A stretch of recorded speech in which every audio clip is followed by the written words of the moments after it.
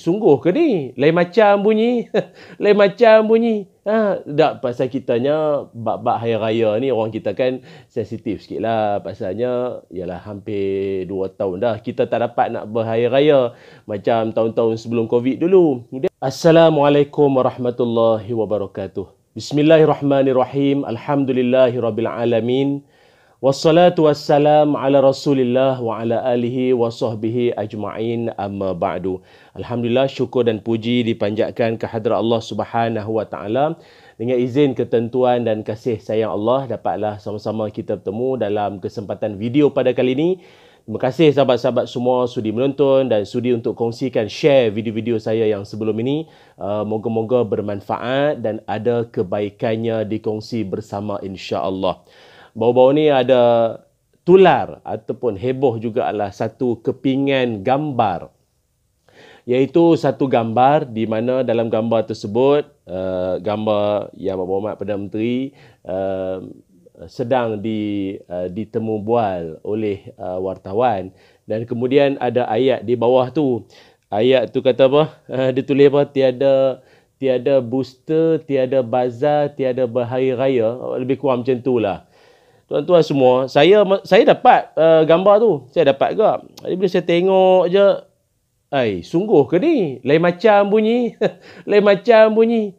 Tak, pasal kitanya bab-bab hari raya ni orang kita kan sensitif sikit lah. Pasalnya ialah hampir 2 tahun dah kita tak dapat nak berhari raya macam tahun-tahun sebelum Covid dulu. Kemudian dapat pula kononnya ada berita macam tu yang membuatkan setengah di kalangan kita ni macam terkejut jugalah.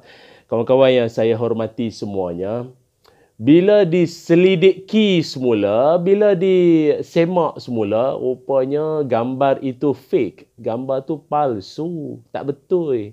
Diedit sebenarnya, diedit. Ya Allah. Diedit. Saya dalam hal ni saya nak kongsikan satu benda lah. Mana-mana tangan-tangan yang rajin sangat duk edit benda-benda yang macam tu. Khususnya benda yang berkait rapat dengan sensitiviti orang ramai.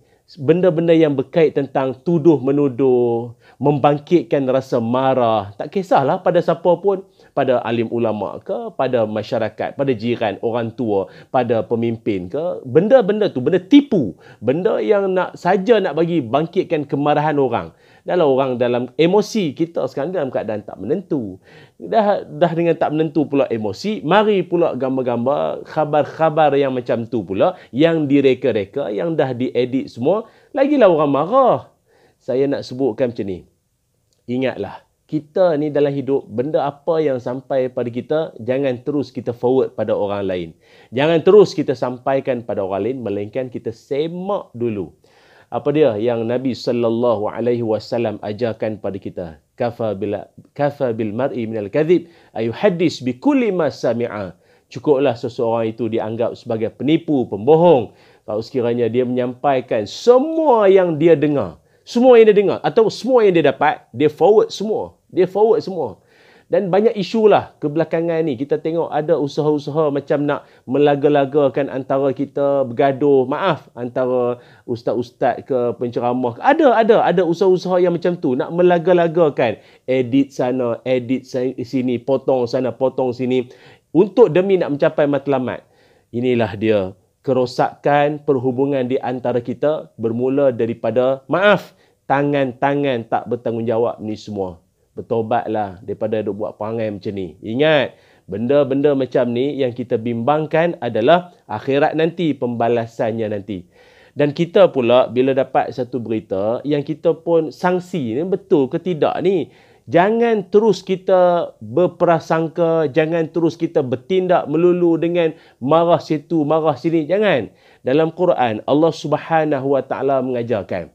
Ada satu surah, iaitu surah ni, surah yang saya ingat di dalamnya syarat berkaitan tentang etika sosial lah, etika sosial ataupun adab etika bermasyarakat yang anda boleh telusuri, tadabbur, panggil mana-mana asatizah kita yang memang mahir bab tadabbur ni, panggil untuk bentangkan, iaitu surah Al-Hujurat.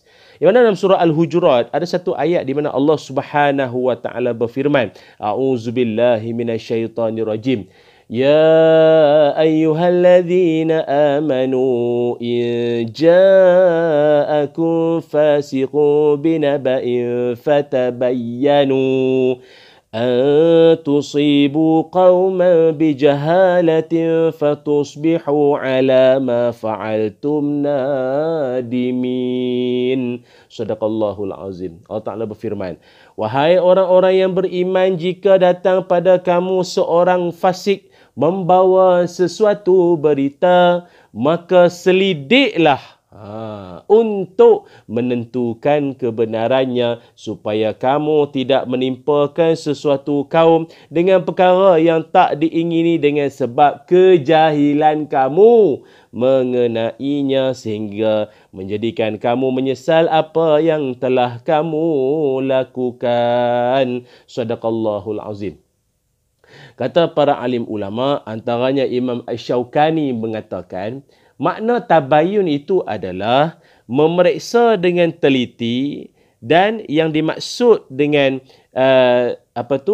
tasbut adalah berhati-hati dan tidak tergesa-gesa melihat dengan keilmuan yang dalam terhadap sebuah peristiwa dan khabar yang datang sampai menjadi terang dan jelas, nyata. Ini. Kemudian ada lagi ulama menyebutkan, antaranya Ibnu Jarir mengatakan bahawa hendaklah kamu tabayun dengan makna tangguh seketika maklumat atau berita yang sampai kepada kamu, sehingga kamu makrifah dan yakin akan kebenarannya, dan jangan sekali-kali kamu gelojoh untuk nak menerimanya. Itu pesan Ibnu Jarir. Syekh Al-Maraghi dalam menafsirkan ayat yang kita bacakan tadi menyatakan bahawa Allah Subhanahu Wa Taala telah mengajarkan hamba-Nya supaya beradab mulia dalam soal agama ataupun dunia.